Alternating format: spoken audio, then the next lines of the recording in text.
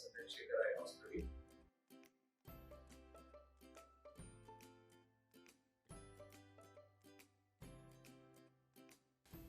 I'll be speaking to you today about retinal detachment. So, we are all very fascinated with this organ called as retina inside the eye. So, retina is a direct continuation of the brain. So, it has neural elements as well as blood vessel elements, so neurovascular layer of the retina. It acts like a transmitter. So, whatever light rays are coming into the eye and getting focused on the retina is being transmitted to the brain for the brain to understand and comprehend what we are seeing.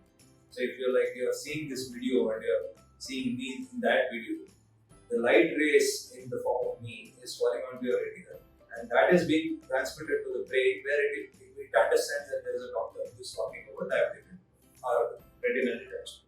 So that's how it is. So the retina as a layer is a very, very crucial transmitter in between for the brain to comprehend, to understand. So this is constituted of primarily two layers, the inner 9 layers and the outer 1 layer. So this generally, when the retina is healthy, these two are in close proximity to each other because of various reactions which keep happening between the two layers. They are actually they stay together, and the light is being transmitted through the retina to the brain for us all to see and understand. Because of various problems inside the eye, the two layers can separate. So the inner 9 layers and the outer 1 layer can separate, leading to what is called as the retinal detachment. Generally, there are 3 types of retinal detachment. One is called as a Rhegma-hole retinal detachment, which is due to a Rhegma. Rhegma means a tear or a hole in the retina. So when there is a hole in the inner 9 layers of the retina, the fluid starts to seep through that hole, and then there is a separation of the retina. So this is called as a Rhegma-hole retinal detachment due to a retinal tear. Then there is a tractional retinal detachment, like due to diabetes or other retinal vascular problems, retinal blood vessel problems. The retina is being pulled due to contracting blood vessels, which leads to traction, that is pull of the retina, leading to a tractional retinal detachment. Then there is a third form called as exudative or serous retinal detachment, which is due to variations in the balance of the water. So this could happen due to either local problems inside the eye or due to various diseases in the body, like anemia or severe protein deficiency or liver damage, things like that. So these are the 3 main types of retinal detachment.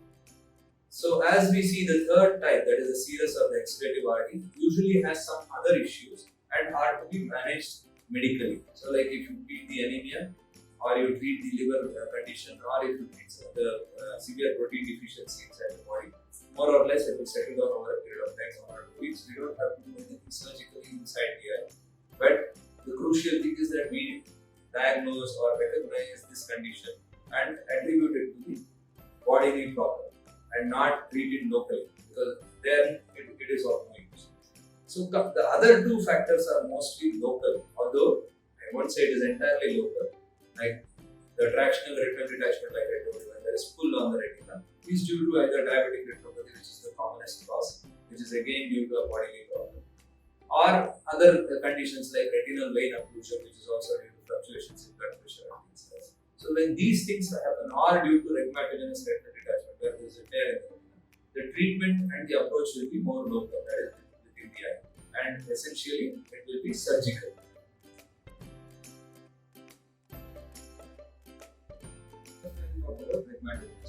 Where there is a tear in the retina.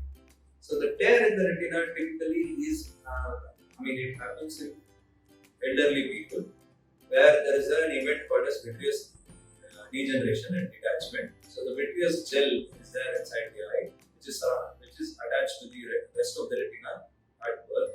As we grow older, this homogeneous gel becomes heterogeneous. That is, it becomes solidified at places and liquefied at places. So it loses its character and tends to start separating from the retina.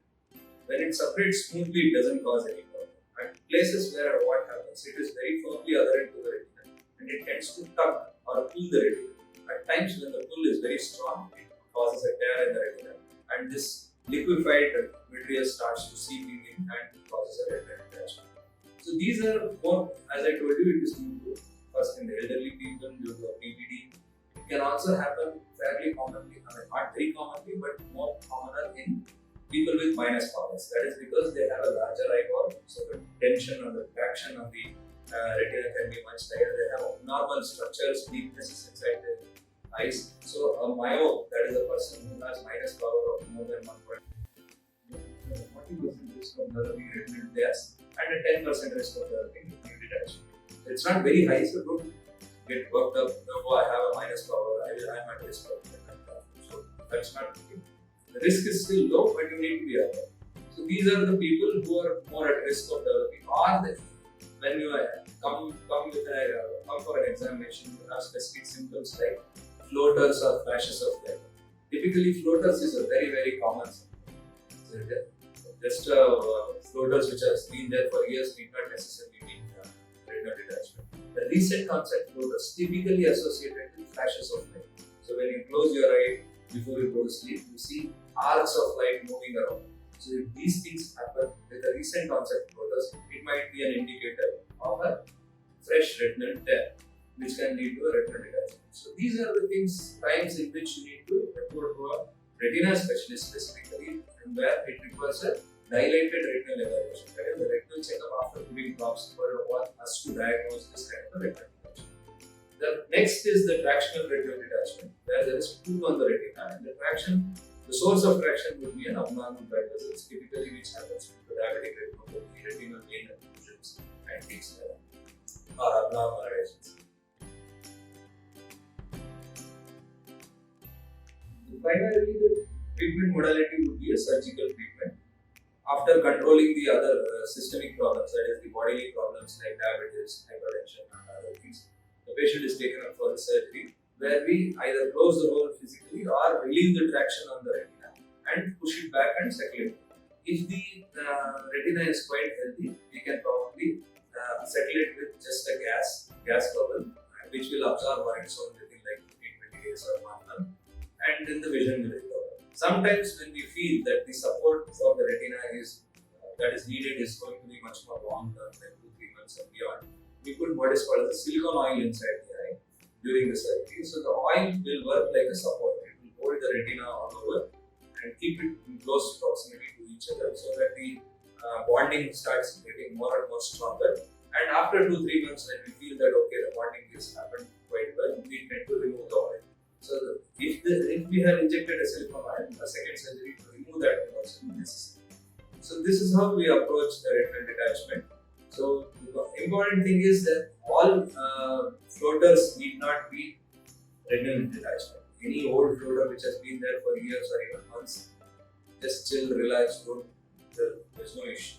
The recent onset floater, typically with flashes, needs to ring a bell. Please come and get it checked. Particularly so if there is a family history of similar problems.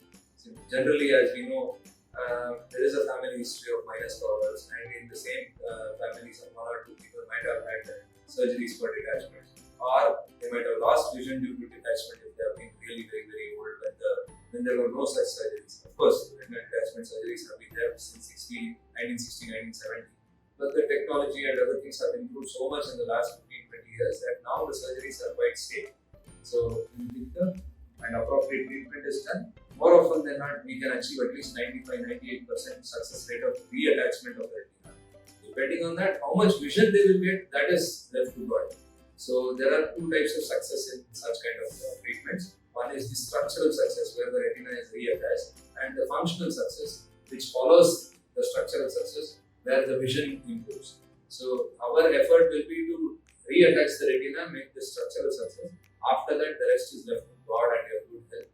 So there is hope. Don't worry, retinal detachment is not something which is like irreparable or untreatable. Appropriate treatment and right treatment at the right time and good follow-up, more often than not, people will retain good functional vision. So thank you so much.